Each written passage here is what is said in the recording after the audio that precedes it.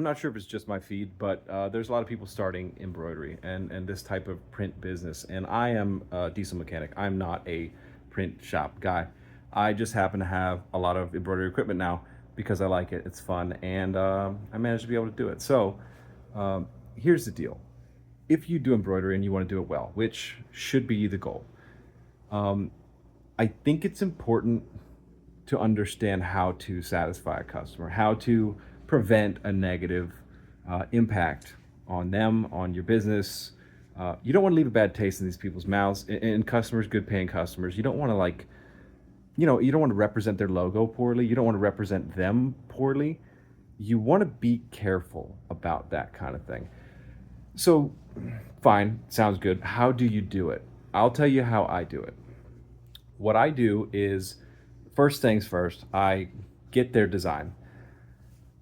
If it's a AI generated design, be careful because they're not all that good. You should either be or have a good digitizer that knows how to resolve the small errors in a ChatGPT generated image.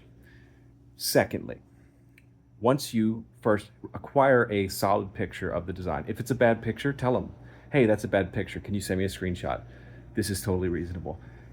If you if they won't listen to that, like, maybe stop going forward with it because you don't want to digitize off a bad image that you couldn't tell the color or whatever.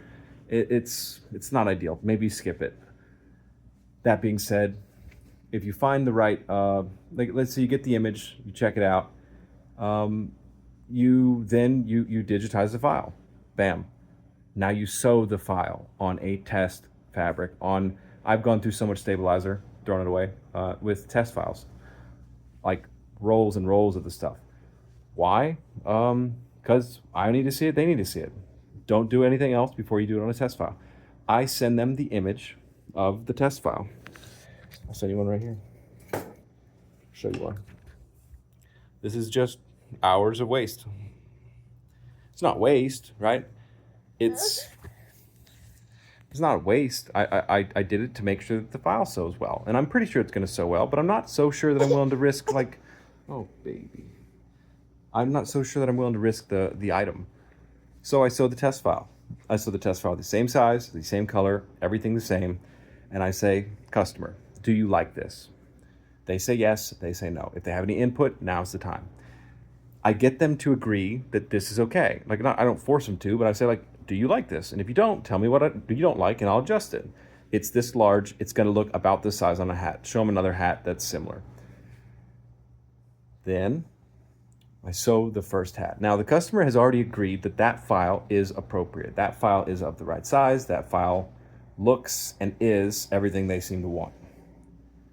So if I sew the file on the item and it sews properly, that's not on me.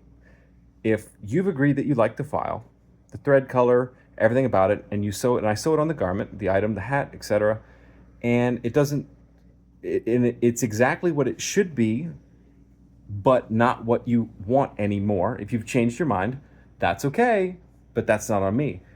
And it's an understood thing because I check. I say, do you like this? And once you say yes, I like it, put it on the item, and I do it. And now the rub here, if it doesn't go well, if there's a mistake, if it screws up, that's on me. That's my fault now, and I'll fix it. I'll buy another one. I'll do whatever I have to do. Doesn't matter if it's $100 North Face.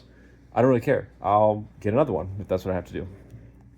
That's the risk I accept by accepting the job, is I'm willing to replace whatever I'm embroidering on. So yeah, after the first hat, say they've agreed to it, so it's theirs now. In truth, it just is. But they changed their mind, so they it's semi-acceptable, but they need an adjustment. Fine, I can adjust the rest of the hats. That's what I offer. I can fix it on every other hat from now forward. And if you would like to replace this hat, I will have to charge you to do so. And I've never had a problem with that. Nobody has disagreed with that. I haven't had a single person be like, well, that's not reasonable, because, I mean, it's as reasonable as I can think to be. And I don't charge them any extra to, like, fix the design if they want it bigger, smaller, take that text out, add text in, whatever. Like, If it's a reasonable adjustment from the original design, I don't worry about it. I fix it.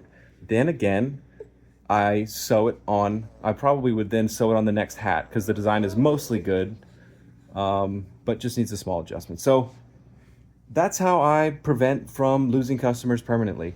The alternative to this is to just send it, give the customers 40 hats that are not satisfactory to the customer for any reason, and never giving them an opportunity to fix it and to be satisfied because you're likely capable.